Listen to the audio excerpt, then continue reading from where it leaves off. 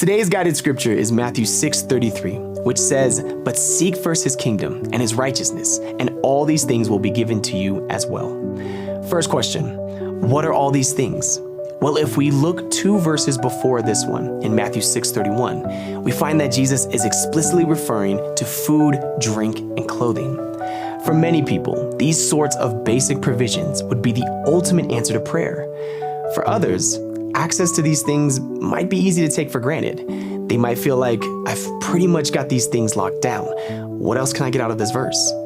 When we look at the context within the sermon, Jesus is actually doing something huge in this passage. Starting in Matthew 6:19 and going up through today's verse, Jesus is giving his listeners a warning about money, about how the desire for money can become the controlling force in our lives.